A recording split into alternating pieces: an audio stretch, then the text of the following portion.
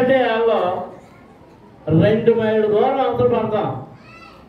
అమ్మ బాబోయ్ మేము మాత్రం అదే మీరైతే ఎల్లుండి అది ఎక్కడ చెప్పడమే కాదు, మొత్తం పాడెమంతా ఇశ్రాయేలు ప్రజలందరికీ చెప్పి ఇశ్రాయేలులందరినీ ఏం చేశారంటే అధైర్యపరిచారు. ఏం పరిచారు? అధైర్యపరిచి వాళ్ళు ఏడవడానికి కారణమయ్యారు. దేనికి కారణమయ్యారు? ఏడవడానికి కారణమయ్యారు. మనం 13వ అధ్యాయంలోకి పోదు, సంఖ్యాకాలం 13వ అధ్యాయంలోకి పోదు మనకు కనబడుతుంది. 14వ అధ్యాయం చూడండి, సంఖ్యాకాలం 14వ అధ్యాయం మొదలు వచ్చాడు. 13వ అధ్యాయంలో ఏమందంటే 13వ అధ్యాయం 23 నుంచి చదువుతాం. ఎష్కోలు లోయలోనికి వచ్చి ఒక గెలగల ద్రాక్ష చెట్టు యొక్క కొమ్మను కోసి దండెతో 2 మూసిరి. వారు కొన్ని దానిమ్మ పండ్లను కొన్ని అంజూరపు పండ్లను తెచ్చిరి. ఇశ్రాయేలు అక్కడ కోసిన ద్రాక్ష గెలను బట్టి ఆ స్థలమునకు ఎష్కోలు లోయ అని పేరు పెట్టబడిన. వారు 40 దినములు ఆ దేశమును సంచరించి చూచి తిరిగి వచ్చింది.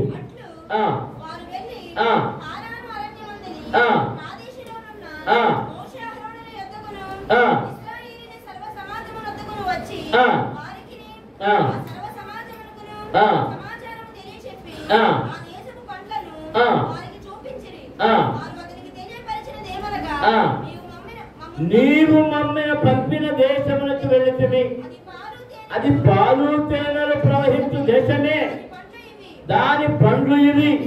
అయితే ఆ దేశములో నివసించు జనులు బలవంతులు, వారి పట్టణములు ప్రాకారములు గలవి, అవి మిక్కిలి గొప్పవి. మరియు అక్కడ అమాలేకీయులను చూచితివి. అమాలేకీయులు దక్షిణ దేశములో నివసించుతున్నారు.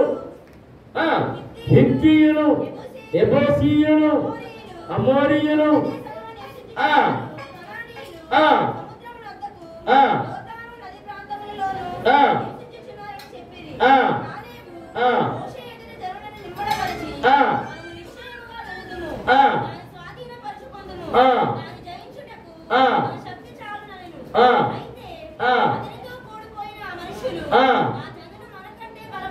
ఆ జనులు మనకంటే బలవంతులు, మనము వారి మీదకి పోజాడమనిది.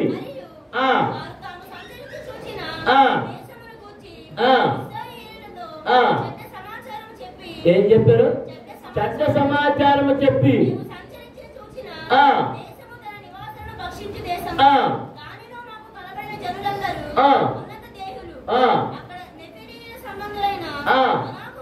అనాకు వంశపు నెఫీలీయులను చూచితివి.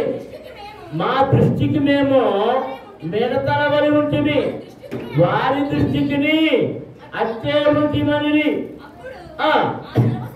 ఆ సర్వ సమాజము ఎరుగెత్తి కేకలు వేసిన.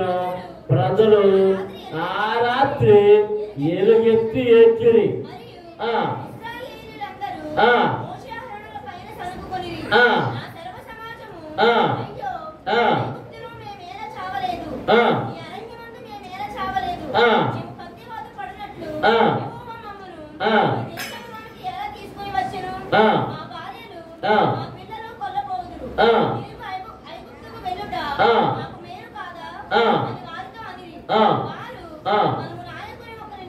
మనము ఒక నాయకుని నియమించుకొని ఐగుప్తులకు తిరిగి వెళుతామని ఒకరితో ఒకరు చెప్పుకొనగా మోషే అహరోనులు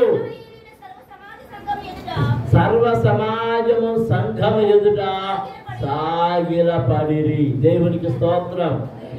ఇక నేను క్లుప్తంగా చెప్తాను. ఇక మీకు విషయం వాక్యంలో నుండి అర్థమైంది కదా.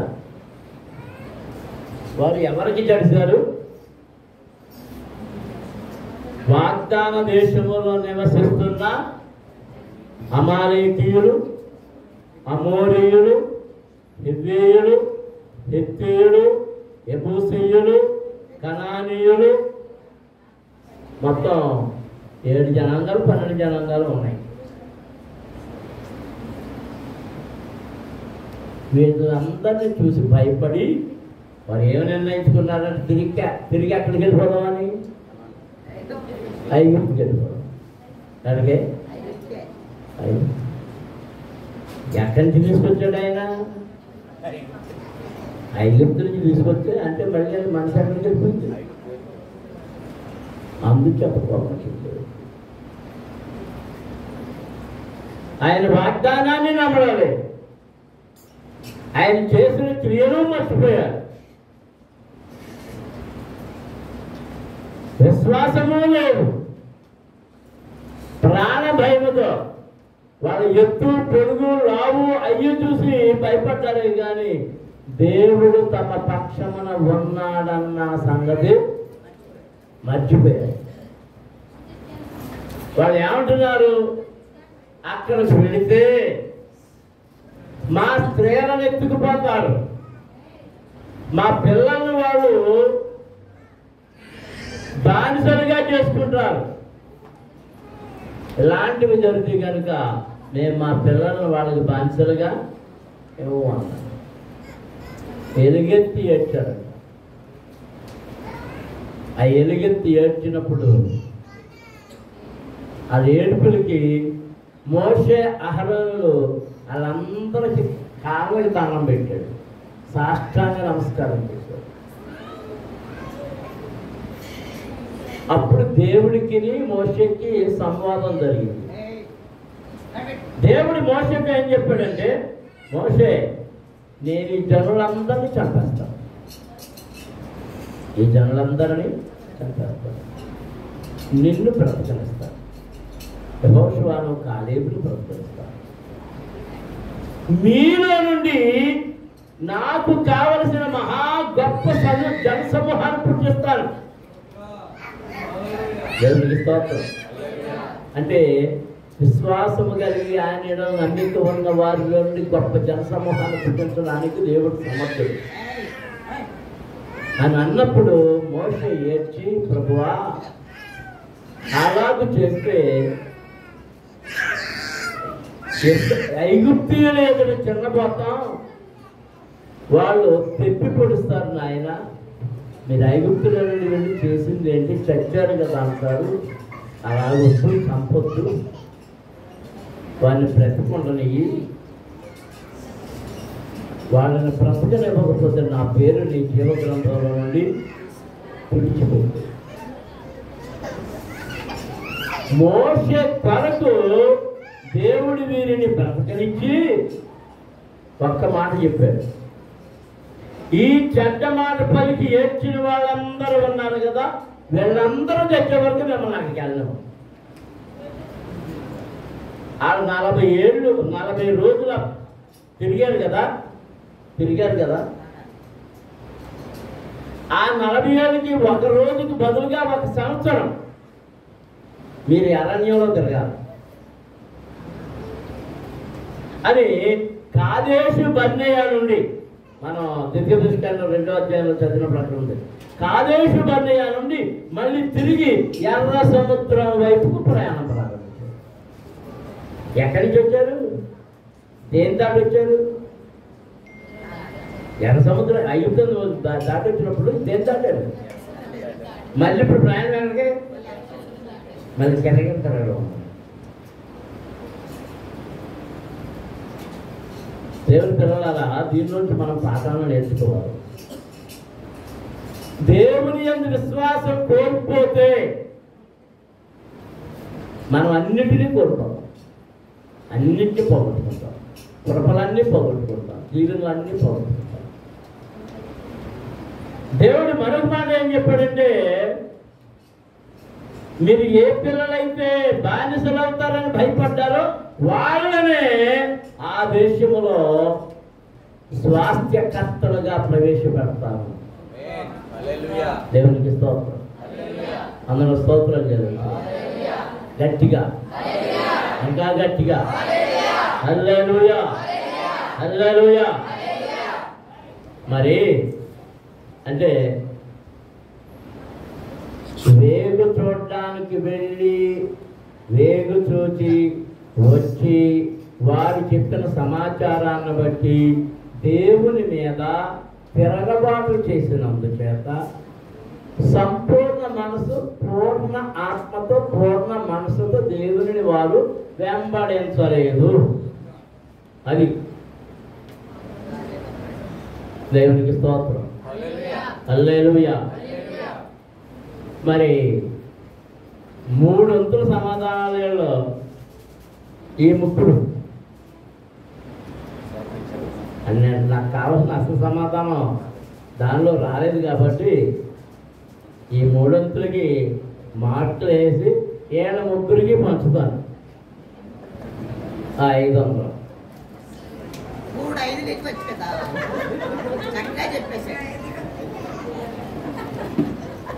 స్వామి చెప్పినట్టు ఆ ఇస్తానని 500 దేవుడికి ఇచ్చేస్తాను.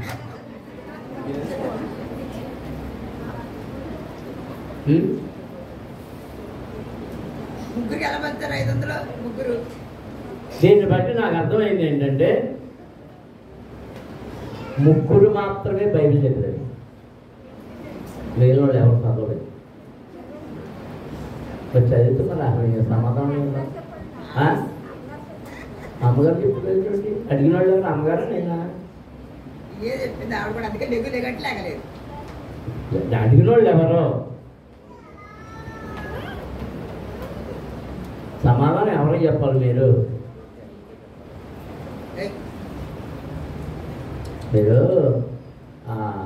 10th క్లాస్ పరీక్ష రాత్రికి వెళ్ళి ఎక్కడ రోడ్డు మీద రాసి వచ్చేసాడంట. రాసొక్కడా నీ పరిస్థితి అలా ఉంది. ఇప్పుడు ఆ ముగ్గురే నా దృష్టిలోకి వచ్చారు. కానీ నేను ఒకందు సంతోషించాను. ఈ మాట పట్టుకుని పెద్దసార్లు వెళ్ళి బైబిల్ని గుంజాడంటే అమ్మయ్య బైబిల్ చదివాడులే, ఎక్కడి నుంచి చదివాడు చెప్పాడు. గబగబ వచ్చేసి నా దగ్గరికి వచ్చి సైగారని నేను అడిగిన దానికి ఇదిగో పట్టుకొచ్చేసి సామాన్య నాకు చాలా సంతోషం వేసింది. మరి మీరు ఎవరు చదివినట్టుగా కనపడడం లేదు. నేను చదివానని పుస్తకంలో చెప్తుంది. మరి మీరు రాజు కూడా చదవలేదు దానికి అర్థం.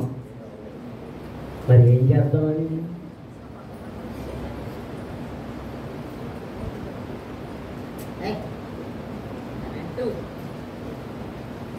ఈ సంఖ్యాకాండంలోనే వ్రాయబడి ఉంది, మీరు అట్లు చేయని ఎడల అది మీకు పాపమగును.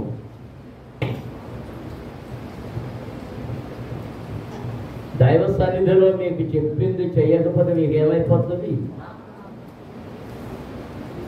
పాపము చేసిన వారు. మిమ్మల్ని వాక్యములో నడిపించాలని, వాక్యపు లోతుల్లో మీరు ఇంత ముందుకు సాగాలని ఆశతో ప్రశ్న వేశాను. చదివేవారు చదివారు. దేవుడు వారిని ఆశీర్వదించునుగాక. దేవునికి స్తోత్రం. హల్లెలూయా, హల్లెలూయా. మరి మిగిలిన వారు కూడా దేవుని వాక్యములో ఆసక్తి కలిగి ముందుకు సాగాలని, నడవాలని హెచ్చరిక చేస్తాను. ఇదిగో 500 ఇక్కడ రెడీగా ఉంచాను.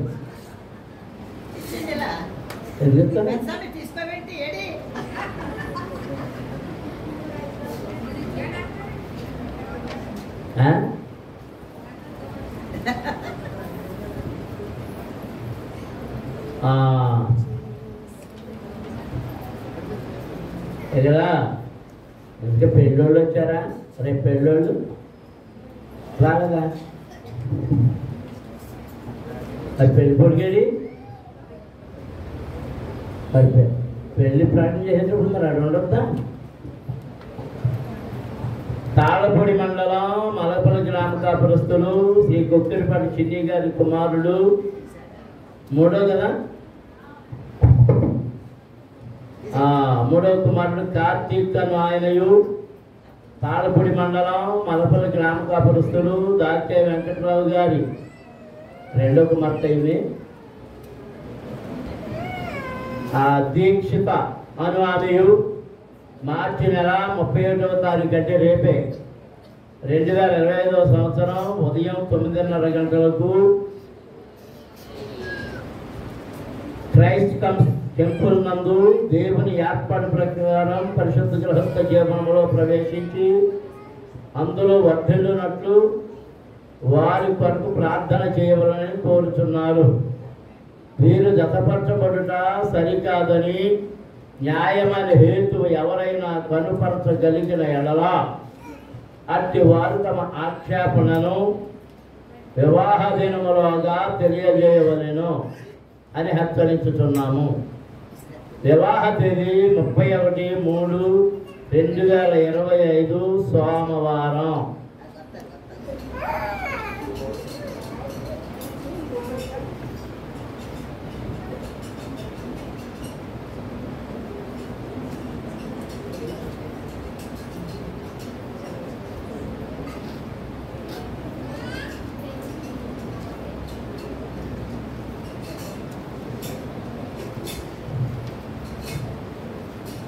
మరి ఇది రేపు వాళ్ళు కదా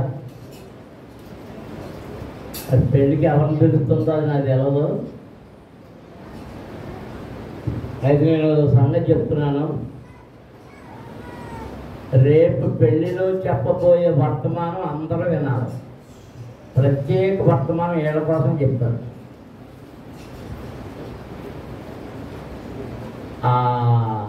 ఏప్రిల్లో ఈ అంకులు ఇద్దరి కోసం, అలాగే మీకోసము ఒక ప్రత్యేకమైన వివాహ సందేశం, అది కూడా మీకు హింటిస్తున్నాను. అదేంటి అంటే మోషే వివాహం. ఆ మోషే వివాహాన్ని గురించి రేపు చెప్తాను. దానికి జాగ్రత్తగా ఏదండి సిరిపడేది అది ఎక్కడికి వెళ్ళిపోయింది మళ్ళీ ఇటుకాయా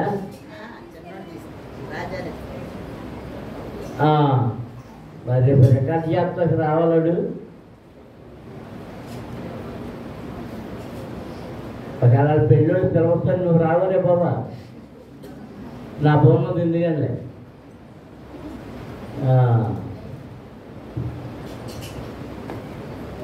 మీరందరూ వినవలసిన వర్తమానం. అది ఎందుకు రాత్రి ఉదయకాలం అందు అనుకుంటా దేవుడు నా మనసులో పెట్టాడు.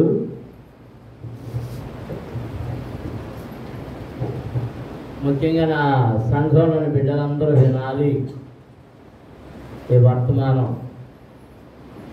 అని నాకు కోరిక వచ్చింది. అలాగే సంఘ పెద్దలందరూ తప్పకుండా వివాహంలో పాలు పొందాలని. ఎందుకంటే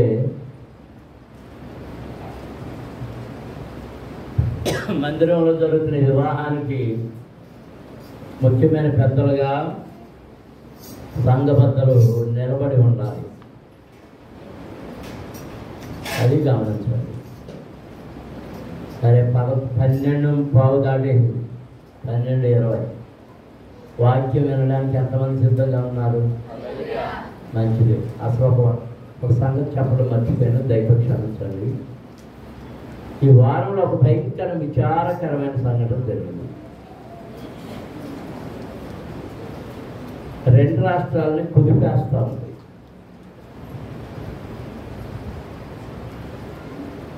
ఒక మంచి బోధకుడు,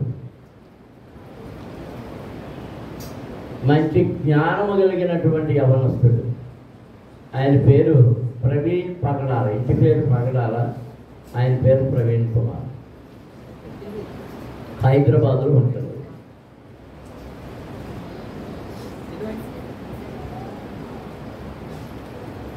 ఆయన్ని చాలామంది పిలుస్తారు. మీరు రక్షణ టీవీ చూస్తూ ఉంటే ఆయన్ని చూస్తుంటారు. ఆయన డిబేట్స్ చేస్తూ ఉంటాడు. హిందూ మత గ్రంథాలు క్షుణ్ణంగా చదివాడు. బైబిలే కాకుండా బైబిల్ థియాలజీయే కాకుండా అలాగే ఖురాన్ కూడా క్షుణ్ణంగా చదివినట్టున్నాడు. ఈ మధ్యకాలంలో ఆయన మాట్లాడిన మాటలను బట్టి, చేసిన డిబేట్లను బట్టి 13-14 నెలల నుంచి ఆయన చంపేస్తామని ఫోన్లు బెదిరింపులు వస్తాయట.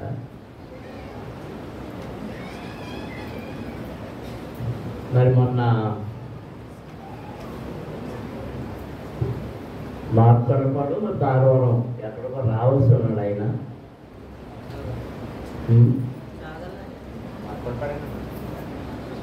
మార్కడపాడు మన కొయ్యస్వామి చనిపోయాడు కదా, కొయ్యస్వామి వాళ్ళ అబ్బాయి అక్కడ ఏవో సభలు ఏర్పాటు చేశాడు.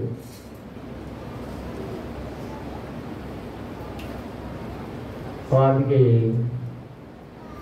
ఎక్కడో జేమ్స్ అని అతను కబడ్డు ప్రసంగికులుగా వేసాడు. నేను మరో చూసాను ఆ పోస్ట్లో. ఇతను వస్తున్నాడు అనుకున్నాను. మరి ఏం జరిగిందో అన్నది ఉదయకాలం మన కొవ్వూరు టోల్గేట్ దాటిన తర్వాత కొత్త బ్రిడ్జి ఆ కొంతమూరు సమీపంలో బుల్లెట్ మోటార్ సైకిల్ నుంచి ఆయన మీద ఉండిపోయి చనిపోయి ఉన్నారు.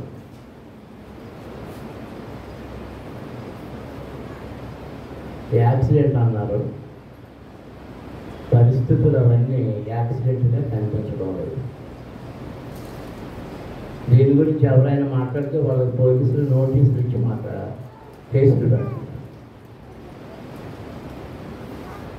మరి అన్ని మండలాల్లోనూ నిరసనలు తెలుపుతూ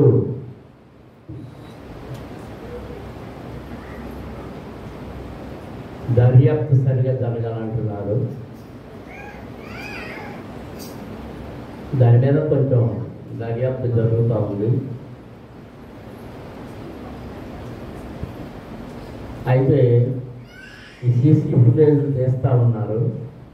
హైదరాబాద్ నుంచి ఆయన మోటార్ సైకిల్ మీదే బయలుదేరాడు. పొట్టిపాడు వచ్చే వరకు ఆయన బాగానే ఉంది.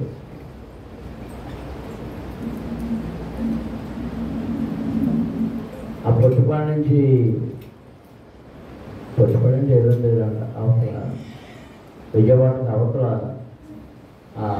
దాని టోల్ ప్లాజా దాటే వరకు బాగుంది. తర్వాత టోల్ ప్లాజా దాటడానికి 5 గంటలు పట్టింది.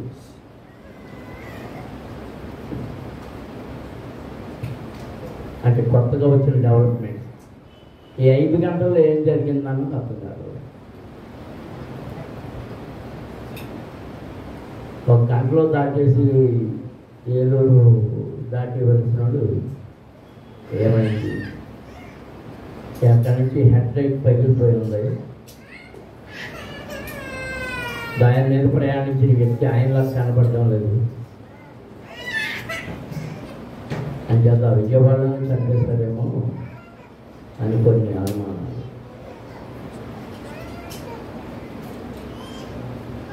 మరి విలువబడిన ఆయనకి 2 కూడా కూతుళ్ళు, ఎదుగొచ్చిన కూతుళ్ళు. భార్య, తల్లి, చెల్లెళ్ళు.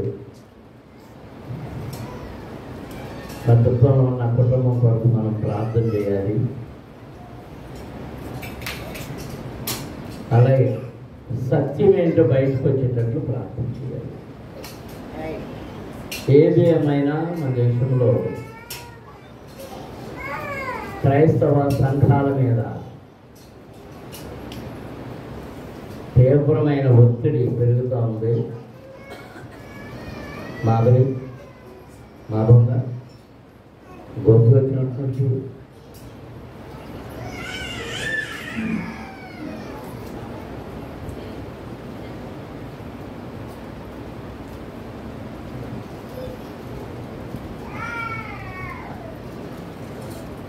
మరి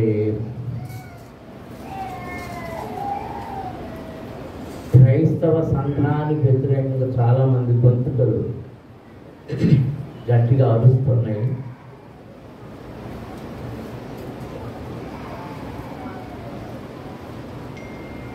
అదొక విధమైన అసూయతో కూడినటువంటి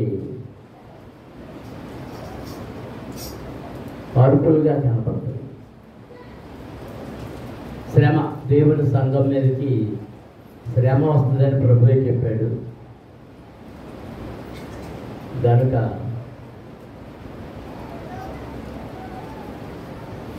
ఆ శ్రమను ఎదుర్కొనే శక్తిని, సత్తువను, ఓపికను, సమాధానాన్ని, శాంతిని, సహనాన్ని దేవుడు మనకిచ్చేటట్లుగా మనం ప్రార్థన చేసుకోవాలి. నా మాట అర్థమైంది అనుకుంటున్నాను. వాళ్ళ మీద యుద్ధానికి వెళ్ళడం కాదు,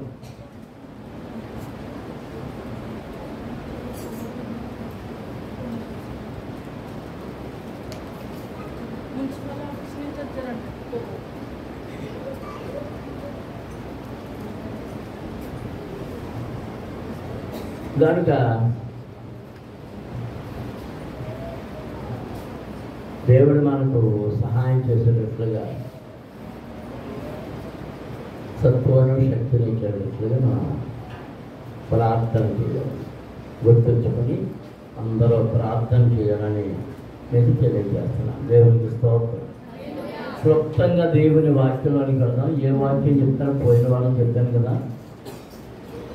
ముందుగా అందరం లేచినప్పుడు ఒక కీర్తన పడుకొని అప్పుడు ఆ వాక్యంలోనికి వెళ్దాం. పురుషులు ఎదుర్కొచ్చేయండి. పురుషులు మాట్లాడడానికి పెద్దలు, పురుషులు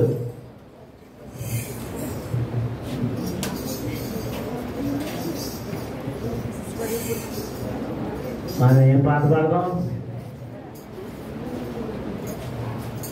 యేసురాజుగా వచ్చేస్తున్నాడనే పాట.